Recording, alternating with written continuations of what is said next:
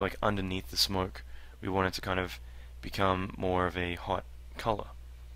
And so by adjusting the color key shift, if we set this to 0, it's going to impose it over the top. If we set it to 1, it's going to be entirely smoke, and that's because we're playing with the distance. So here I can set this to like 0.5. It's going to kind of put it in the middle. So all we get is more of this hot thing.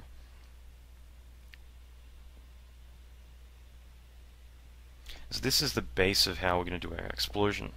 We're going to initially, in the beginning, have it like a very solid color, like we might tell it to start out being very bright. Okay, so, and then towards like around frame 32, like towards when it begins to turn to smoke and cool down, I can right click on the color key shift.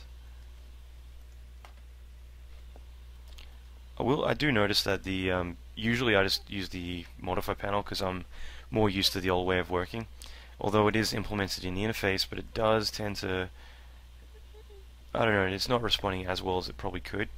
What I will do is I'll just work from here for the time being. As great as a lot of the implementations are, some of them I guess are a little bit fishy, but all I'm doing is I'm going to right click and choose enable, and that means that now we can tell it to have an end value of like 1, which means that over time it's going to cool down to become nothing.